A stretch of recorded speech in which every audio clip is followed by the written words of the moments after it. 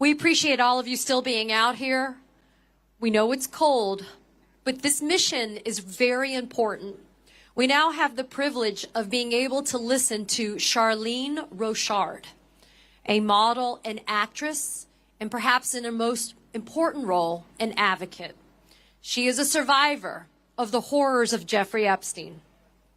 She has bravely spoken publicly about her experiences of being trafficked as a child, sustaining and suffering from the sexual abuse at the hands of Jeffrey Epstein, and the exploitation of her, and I want to underscore, as a child.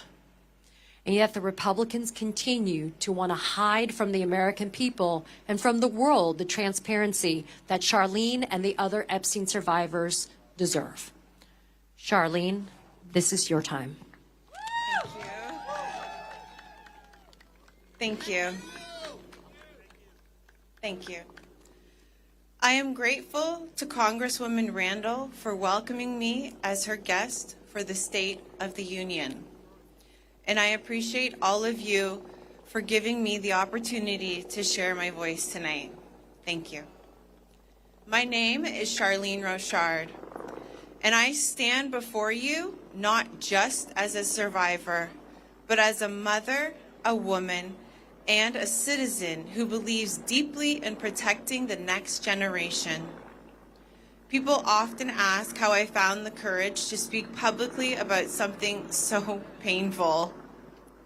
The truth is, I didn't find that courage alone. For years, I carried the weight of my experience in silence. And then a longtime friend, someone who remembered the vivid details of my past interactions with Jeffrey Epstein, encouraged me to reclaim my voice.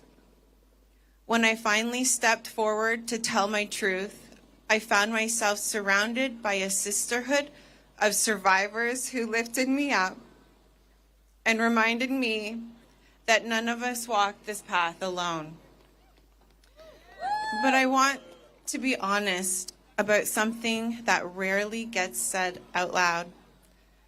What happened to us didn't end when the abuse ended.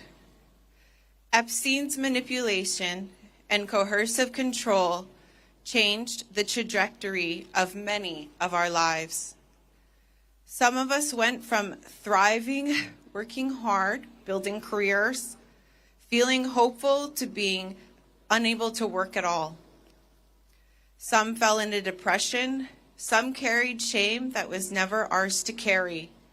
For many of us, it has taken decades to overcome the impact of what happened, decades to heal, and decades to speak. And that is why I'm here tonight.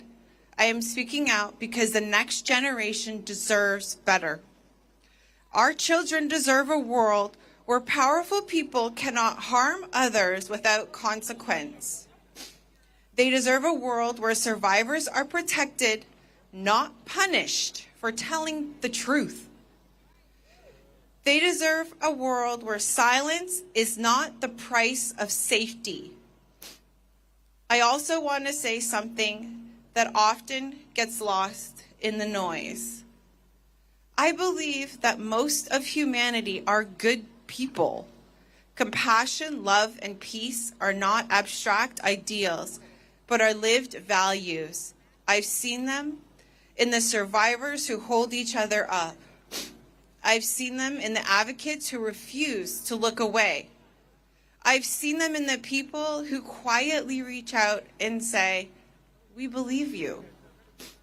Tonight, as we gather for the People's State of the Union, we are reminded that protecting children is not a partisan issue. It's a human one. And it requires all of us, including every community, every family, every survivor, every ally, to all stand together in unity.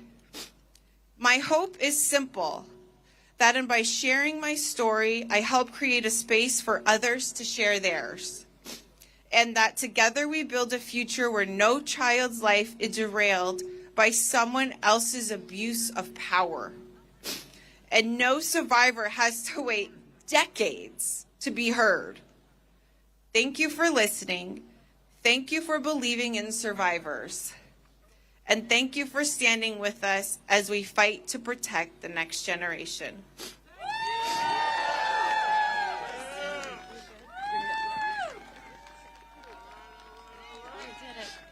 Please, everybody, let's please support Charlene right now, and please just show her a round of applause for the courage. This is why we're fighting. Thank you, Charlene.